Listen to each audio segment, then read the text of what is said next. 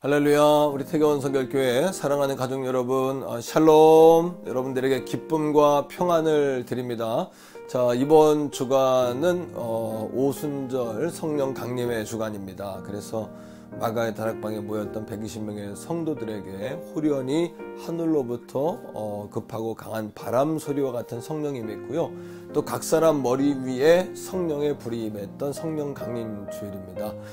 지난 주일날 우리 교회에서 예배가 있었는데 정말 중요한 것은요, 우리가 성령 강림을 기념하는 예배가 중요한 것이 아니라 오늘도 우리가 성령과 함께 동행해야 한다. 정말 이것이 더 중요한 것이 아닐까, 이제 그런 생각을 합니다. 더불어서 이제 한국교회 예배 회복의 날이었는데요. 주변의 상황은 조금 어려웠지만 그래도 예배를 잘 우리 태교원 성결교회가 열심히 최선을 다해 드린 한 주간이었고요. 또 이제부터 시작해서 이제 가정에서 성전으로, 그리고 성령을 또 갈망하는 마음으로, 또 주님이 찾으시는 그 한 사람의 예배자로 그렇게 모여지기를 간절히 소원합니다. 자, 오늘 이번 주간 5월의 마지막 주간이면서도 6월의 첫 주간이 시작이 됩니다. 여러분, 이 한 주간 정말 셀 모임으로 승리하시기를 바라고요. 우리 다 같이 찬송가 185장 이 기쁜 소식을, 성령이 오셨네, 우리 찬양 드리고 다시 만나겠습니다.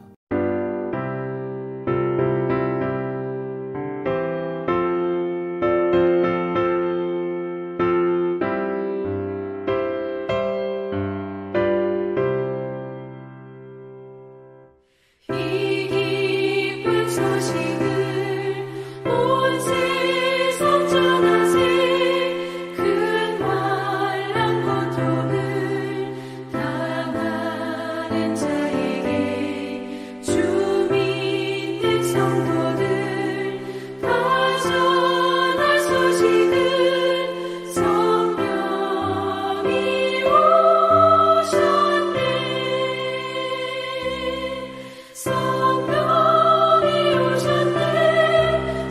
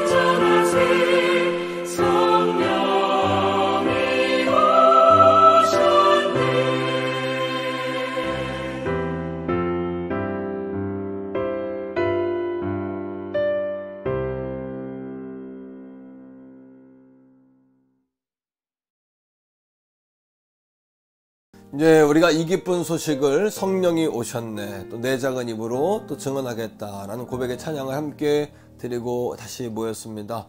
자, 이 시간에 우리 하나님 말씀을 함께 나누겠는데요. 사도행전 2장 1절부터 우리 4절까지의 말씀을 함께 읽고 돌아오겠습니다. 제2장. 오순절 날이 이미 이르매 그들이 다같이 한 곳에 모였더니 후련히 하늘로부터 급하고 강한 바람 같은 소리가 있어 그들이 앉은 온 집에 가득하며 마치 불의 혀처럼 갈라지는 것들이 그들에게 보여 각 사람 위에 하나씩 임하여 있더니 그들이 다 성령의 충만함을 받고 성령이 말하게 하심을 따라 다른 언어들로 말하기를 시작하니라.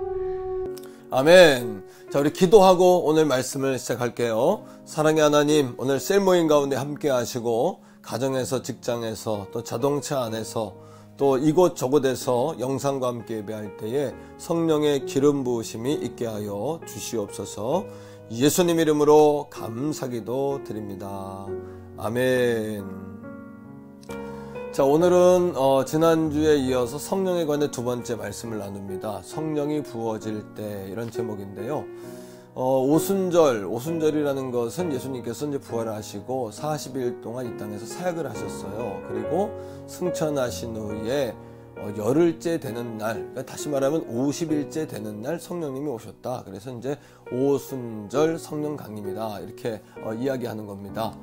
이 오순절 성령의 강림이 임했을 때 세 가지의 역사가 있었는데, 첫째는 담대해진 거예요. 두 번째는 능력이 나타난 겁니다. 세 번째는 숨어있던 성도들이 밖으로 뛰쳐나와서 내가 증인입니다, 내가 부활의 증인입니다, 이렇게 이제 증인이 되는 역사가 성령 강림 후에 있었던 역사였죠.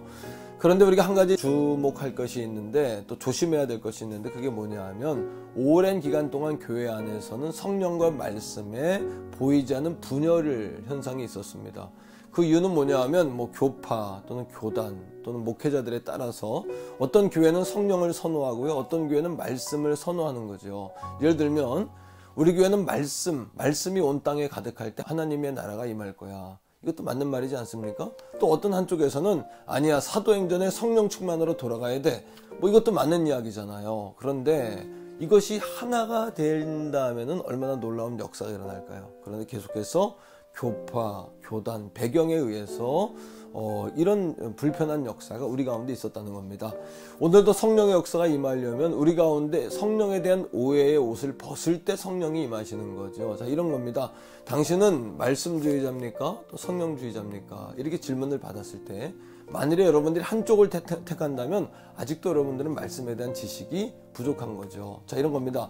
말씀과 성령은 뗄래야 뗄 수가 없는 관계인 거예요. 요한복음 16장 13절에 있는 말씀처럼 진리의 성령이 오시면, 이렇게 이야기했죠. 그러니까 성령은 성경을 조명하는 역할을 합니다. 성경은 예수 그리스도를 밝히 드러내고요, 예수 그리스도는 우리를 진리의 길로 인도하는 거죠. 자, 성령과 말씀이 함께 가야 된다, 이 사실을 기억하셔야 돼요. 자, 또 이런 겁니다. 우리가 안전지대, 나 스스로 만들어 놓은 안전지대에 머물려고 하면 새로운 역사를 이룰 수가 없고 성령의 인도를 받을 수 없다는 겁니다. 예를 들어서 이런 거예요. 예수님이 제자들에게 내가 떠난다, 성령을 보내주마 그랬을 때 제자들이 어땠을까요? 기뻤을까요? 부담스러워했을까요? 부담스러워했다는 거예요. 우린 성령 필요 없습니다, 예수님이면 충분합니다, 주님이 우린 가도 충분한데요. 자, 그러나 예수님 뭐라고 말씀하셨죠? 내가 오히려 떠나는 것은 너에게 유익이다.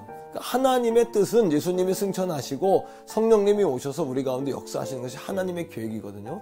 그런데 제자들은 예수님의 옆에 있었던 그 안전지대, 그리고 자기들이 예수님이 왕으로 등극하실 때 우편 좌편에 앉을 거라고 생각을 하고 있었던 거거든요. 기득권이죠, 기득권. 내가 그 자리를 내가 지킨다, 이런 거 아니겠습니까? 그러니까 새로운 성령님이 오신다고 할 때 부담스러웠던 거죠. 교회도 마찬가지입니다. 우리 교회가 어제의 교회에 머물지 않으려면 여러분 세 가지 조건이 있는데, 첫째는 뭐냐 하면 새 가족들을 뜨겁게 환영하셔야 돼요. 자, 안내할 때 성도들 간에 이제 새로 성도들이 오지 않습니까? 서로 반갑게 성도 간의 아름다운 교제가 활발하게 이루어져야 합니다. 세 번째는 스스로 어제의 교회, 어제의 성도로 멈추지 않기 위해서 늘 자각하는 자세가 우리에게 필요한 거죠. 그렇지 않으면 우리도 언제든지 안전주의 안에 갇히게 되고요.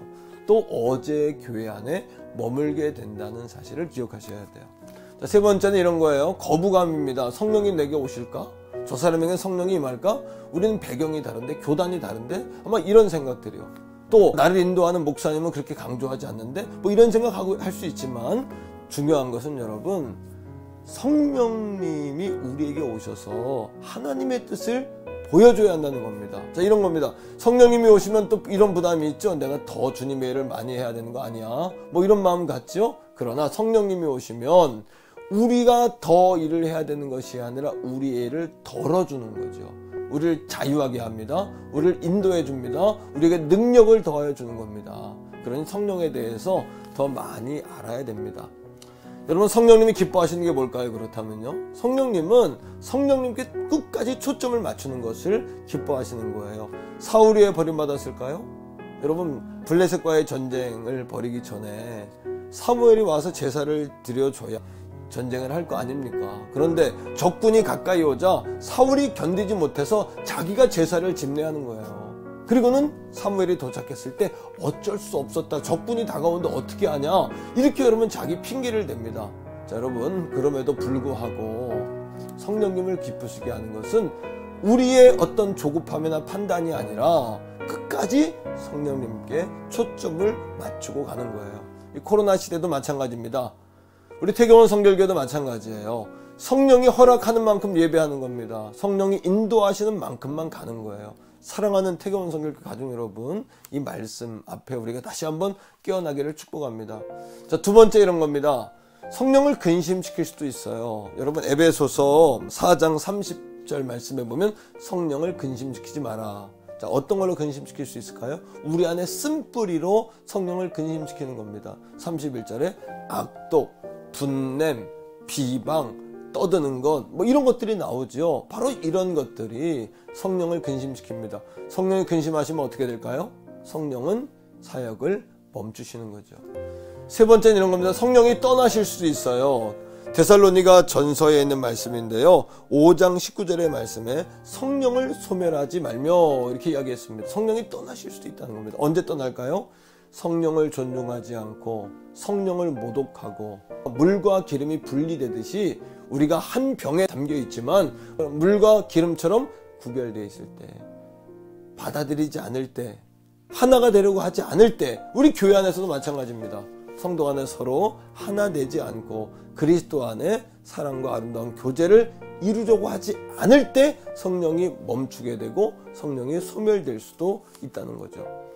여러분, 성령은 패셔너블하시다, 이런 이야기가 있어요. 여러 가지 옷을 입고 오십니다. 오늘도 여러분들에게 찾아가시는 성령님은 다양한 옷을 입고 찾아가십니다. 먼저 물과 같은 성령이에요. 물은 우리에게 생수와 같은 역할을 하죠. 우리의 죄악을 씻어줍니다. 이런 역할을 해요. 또 성령은 비둘기 같은 성령이에요. 위로가 필요하신 분 있습니까? 또 주님의 평화가 필요하십니까? 그런 분에겐 비둘기 같은 성령님이 찾아가실 겁니다. 또 기름과 같은 성령이 있죠. 기름은 능력이고 치유입니다. 구약 성경에 병든 자에게 기름을 부었거든요. 기름과 같은 성령이 임하면 우리에게 머리부터 발끝까지 성령의 치료의 광선이 비추어지고요, 치료의 역사가 일어나는 거죠. 이 방송을 통해서도 여러분들에게 이러한 치유 역사가 임할 줄로 믿습니다, 여러분. 자, 오늘 사도행전 2장에 나오는 성령님은 어떤 성령님입니까? 바람과 불과 같은 성령이에요. 이 바람과 같은 성령은요, 어디서부터 와서 어디로 가는지 모르지만 낙엽, 나무 가지가 흔들리는 것처럼 성령이 찾아오시면 우리의 마음을 흔들어 놓습니다. 내가 죄인인 걸 깨닫게 되고요, 성령의 새바람이 불어서 묵은 땅이 다시 갈아엎어지는 그런 역할을 하는 거죠. 불과 같은 성령은 어떤 역할을 할까요? 불은 태우는 능력입니다. 우리에게 본능, 다이너마이트와 같은 본능을 주는 거죠. 불은 밝혀줍니다. 어두웠던 마음을 밝혀주고요, 감았던 영적 눈을 뜨게 해줍니다. 불은 정화입니다. 태워서 깨끗하게 해주는 역할을 하는 거예요. 오늘 1절 말씀에 성경은 이렇게 이야기합니다. 오순절 때가 이름에 여러분, 그들이 다 같이 모였더니, 왜요? 자, 하나님의 때가 이르렀어요. 약속하신 걸 주실 그때. 초대교회 120명의 성도가요, 그 약속을 붙잡고 예수님 승천하신 후에 붙잡을 건 말씀밖에 없었죠. 지금도 마찬가지입니다. 우리가 붙잡을 건 말씀밖에 없습니다. 그걸 붙잡고 모여 기도한 거예요. 자, 기도하는 그 장소에 2절 말씀해 보니까 경험되어졌대요. 급하고 강한 바람과 같은 소리로서 경험되어졌어요. 소리로 듣게 된 겁니다. 그들 가운데 성령이 임했다는 거예요. 그들이 모여진 그곳에 말입니다. 이것은 성령의 공동체성이죠. 이 모인 공간에 성령이 임합니다. 자, 3절은 이렇게 이야기합니다. 성령이 증명되어졌다. 어떻게 해요? 급하고 강한 바람이 아닌 불과 같은 성령이 각 사람 머리 위에 임했답니다. 자, 성령의 개별성이죠. 성령은 공동체 가운데도 임하지만 한 사람 한 사람을 패셔너블한 성령님은 그렇게 우리를 찾아가시는 분이에요. 마지막 네 번째, 그 성령이 증거되셨습니다. 성령이 임하자 성령의 말하게 하심을 따라 각 나라의 언어로 말하기 시작하는 거예요. 방언을 이야기했다는 겁니다. 그래서 나아가 주의 복음을 증거한 거죠. 사랑하는 성도 여러분, 성령이 임하면 오늘도 은사가 동반됩니다. 그 가운데는 방언의 은사도, 지혜와 지식의 예언의 은사도, 영분별의 은사도, 능력 행함, 병 고치는 가르치는 은사도, 다양한 은사가 성령의 임재와 더불어서 우리에게 다가오는 거죠. 말씀을 맺습니다. 오늘 우리에게도 어제의 기름 부으심이 아닌 오늘의 기름 부으심이 필요하다는 사실이에요. 성령님은 어제 기름 부음 받은 사람을 버리지 않습니다. 귀하게 여기십니다. 자, 사무엘하 1장에 보니까요, 사울과 요나단이 죽었어요. 전쟁터에서 전사했습니다. 그 소식을 갖고 아말렉 청년이 다윗을 찾아옵니다. 왕이시여, 다윗이시여, 당신의 원수 사울이 죽었습니다. 사울이 죽었다는 소식을 듣고 다윗이 상 주실 거라고 생각한 거죠. 자, 그런데 다윗은 어떻게 반응합니까? 옷을 찢으며 하루 종일 신하들과 함께 통곡합니다. 그리고 그를 불러서 이야기해요. 네가 어떻게 아냐, 사울이 죽은 걸. 그랬더니 마지막 목숨이 넘어갈 때 내가 죽였습니다, 그를. 그가 부탁해서 내가 죽였습니다 라고 이야기한 거예요. 그때 다윗이 이렇게 이야기합니다. 그래, 내가 내게 상을 주마 한 것이 아니고요, 하나님께서 기름 부음 받은 자를 내가 어찌하여 죽이느냐, 하나님의 기름 부음 받은 자에게 네가 어찌하여 손을 대느냐라고 이야기하면서 신하에게 그 청년을 죽이라고 명령하는 겁니다. 이처럼 하나님은 오늘도 어제 성령을 받고 기름 부음 받았던 사람들을 귀하게 여기십니다. 왜요? 그 어제 기름 부음 받은 사람을 통해 어제의 역사를 하나님이 이루셨기 때문이에요. 오늘 이 방송을 듣는 우리 모든 성도님들도 그거 기억하셔야 돼요. 사무엘하 2장에 이렇게 이야기합니다. 그 사울과 요나단이 죽었을 때 그들을 장사 지내준 사람들이 있어요. 그들을 부릅니다. 묻습니다. 어디 사람이냐? 길르앗 야베스 사람입니다. 그들에게 여호와의 복이 내게 있을 것이다 라고 상을 주는 거예요. 오늘 사랑하는 성도 여러분, 어제의 기름 부음을 소중히 여기십시오. 그리고 오늘의 기름 부음으로 연결시키십시오. 그때 하나님은 우리에게 더 큰 상을 허락하실 줄 믿습니다. 그러면 우리 인생의 물음표와 같은 인생들, 늘 고개를 갸웃갸웃하고 개운하지 않았던 물음표와 같은 인생이 성령의 임재와 더불어서 성령님이 임하시면 성령님이시다 하는 느낌표의 인생으로 바뀔 줄로 믿습니다. 오늘 귀한 말씀을 통해서 우리 온 가족들이 성령으로 하나 되기를 소원하고요, 성령의 불을 옆에 사람에 자꾸 이렇게 붙이세요. 불을 끄는 사람이 아니라 불을 붙이는 사람들이 다 되시길 바라요. 자, 이 시간 우리 함께 기도합니다. 한국교회의 온전한 예배 회복을 위해서, 태교원 성결교회 사명 감당을 위해서 내게 성령의 패셔너블한 성령이 임하시기를 갈망하는 마음으로 우리 주의 이름 한번 간절히 부르고 기도하겠습니다. 주여!